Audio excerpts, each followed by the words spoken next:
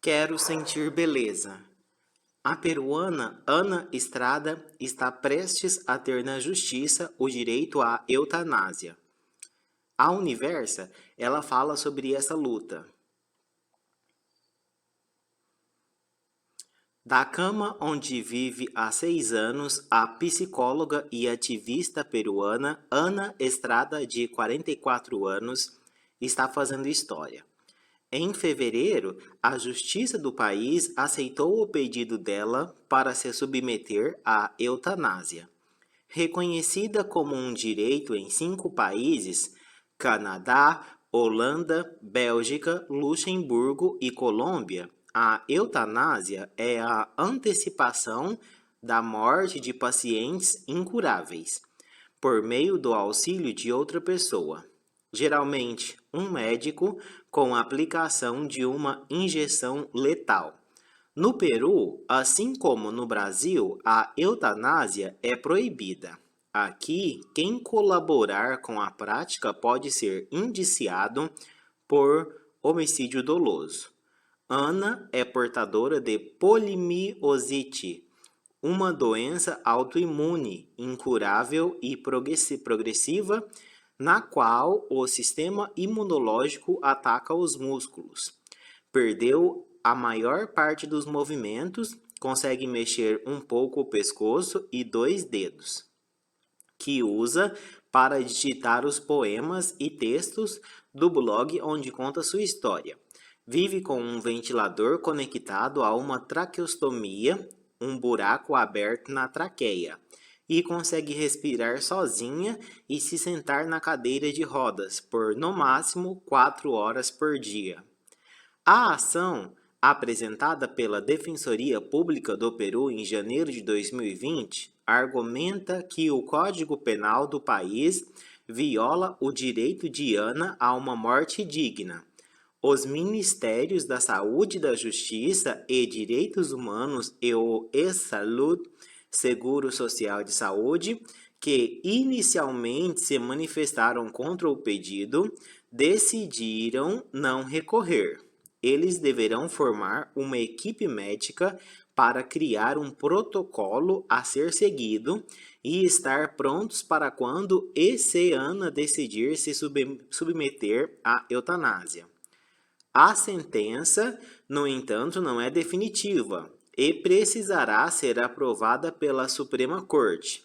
Enquanto isso, Ana Estrada busca apropriar-se de sua história para ressignificar sua vida.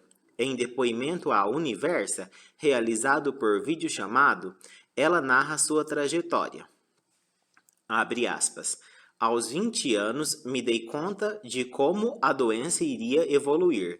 Fecha aspas. Fui diagnosticada com polimiosite entre 12 e 14 anos, como uma doença rara. Os médicos demoraram a fechar o diagnóstico. Eu notava algumas mudanças, tropeçava e caía muito, mas era adolescente, não entendia nada e só queria aproveitar a vida. Segui assim até os 20 anos, quando comecei a usar a cadeira de rodas. Foi um despertar. O que aconteceu comigo todo esse tempo? Comecei a pesquisar. Foram anos sofridos porque me dei conta de como a doença iria evoluir. Apesar de tudo, me formei em psicologia e trabalhei. Amei minha profissão profundamente sendo psicóloga. Era como se a vida me desse a oportunidade de já não ser eu quem cuidava. Ali estava no papel de cuidadora, que escutava e atendia o paciente.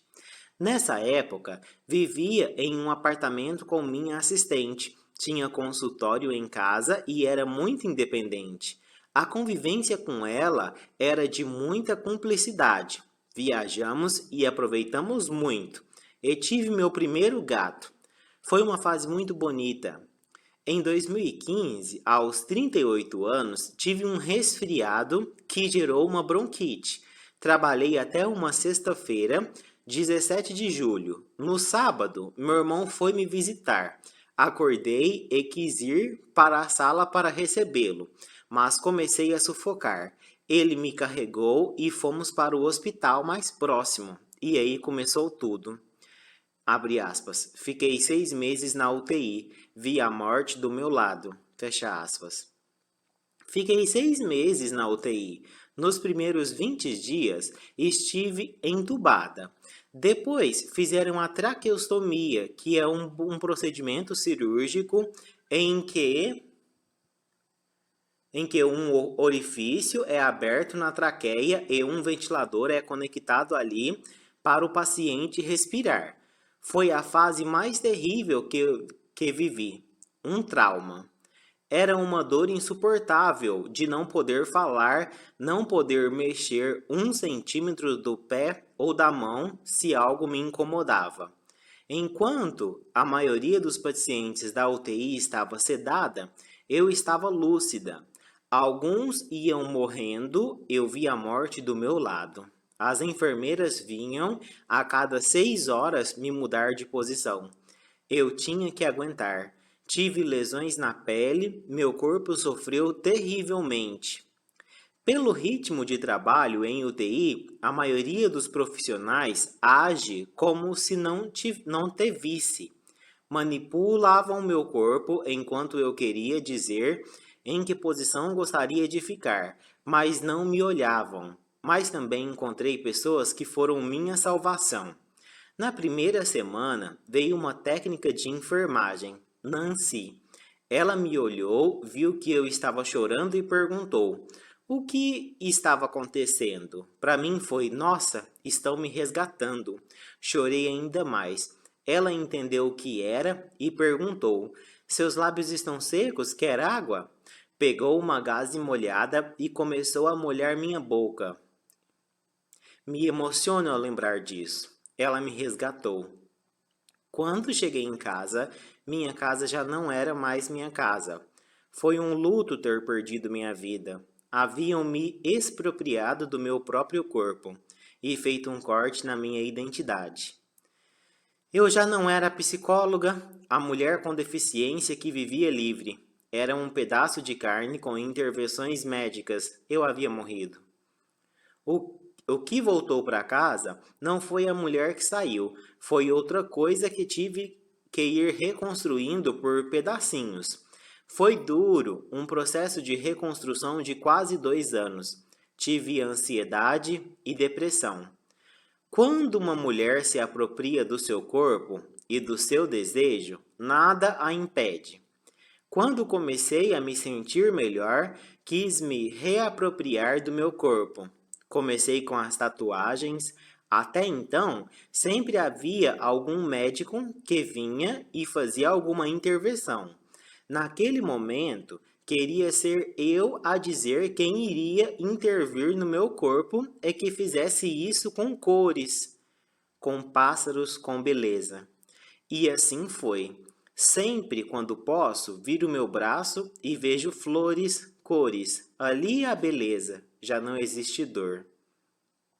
Depois descobri mulheres com condições físicas diferentes que posavam para lindos ensaios nus como forma de serem donas de seus corpos. Pensei, quero isso. Onde senti dor, onde senti que me invadiam, quero sentir beleza. Conheci algumas fotógrafas e uma delas, Jéssica Alva, fez um fotolivro com ensaios meus. Essas imagens me ajudam a aceitar a ausência de intimidade comigo mesma e me permitem deixar que a nova Ana habite ali.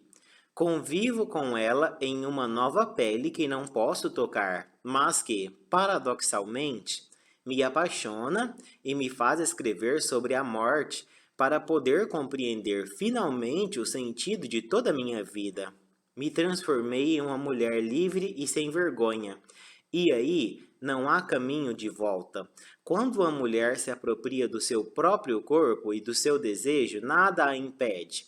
Mas quando uma mulher com condições físicas limitadas e 2 dispositivos em seu corpo, o ventilador para respiração e a sonda para alimentação, se exibe, pode gerar censura e rejeição, porque, para a sociedade, uma mulher com deficiência é assexuada, sem desejo nenhum. Não é uma mulher, mas uma criança. Abre aspas. Não busco a morte, luto por uma carta de liberdade. A questão da eutanásia surgiu em agosto de 2016, quando fui internada pela segunda vez. É a última vez que vou passar por um hospital, pensei. Fiquei um mês e saí com essa ideia. Comecei a pesquisar, conversei com uma funcionária de uma instituição na Suíça, onde se permite o suicídio assistido, que me disse que quase 80% dos pacientes não chegam a decidir pelo procedimento, porque isso significa liberdade, e a liberdade te dá poder para tolerar o sofrimento. Compreendi que era isso o que buscava. Não estava buscando a morte, estava lutando para que me dessem uma carta de liberdade para poder suportar a situação que me coube viver. Depois me dei conta de que aqui no Peru se realiza a eutanásia de forma clandestina. Cheguei a considerar, mas desisti porque era muito arriscado. Decidi que levaria a discussão a público. Em janeiro de 2029, Ana criou um blog e, digitando com apenas 2 dedos, começou a contar sua história. Expliquei para minha família o que eu queria. Foi um encontro muito íntimo entre nós, meus pais, meu irmão e minha cunhada. Choramos muito, mas muito mais por tudo que havíamos passado do que pelo que eu estava dizendo. Foram 30 anos de um longo caminho em busca de milhares de tratamentos. No final, minha família me disse: sempre estivemos com você. Vamos te apoiar sempre. Este é o amor que eles me demonstram. Deve ser o maior gesto de amor, um gesto de desprendimento total, aceitar a morte de uma pessoa querida. Entre aspas. Desejo que meu último momento seja amando a vida. Quando soube que o Estado não iria recorrer da sentença, tive vontade de gritar, de pular. A primeira coisa que escrevi nas minhas redes sociais foi: sou livre. Me dei conta de que não havia podido escrever isso nos últimos 6 anos. Reconquistei meu direito à liberdade. Sou livre, sou livre. Tenho vontade de repetir muitas vezes.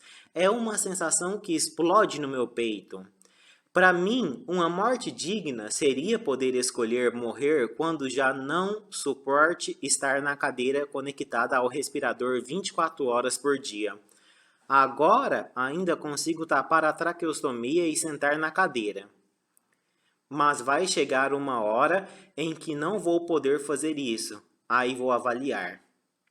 Acredito que não vou conseguir resistir porque vai ser muito doloroso. Já sinto isso quando passo muito tempo na cama e meu corpo começa a doer. Posso tolerar agora, mas não sei se mais para frente. Acho que vai chegar o momento em que decidirei terminar com esse sofrimento em paz, com tranquilidade e calma. Amo tanto a vida e a respeito tanto que desejo que meu último momento continue assim, amando a vida. Não com dor e sofrimento. Lutei para não guardar sensação de tristeza e rancor que sofri na UTI. Lutei pela minha vida. Curtam o vídeo, gente. Se inscrevam no canal.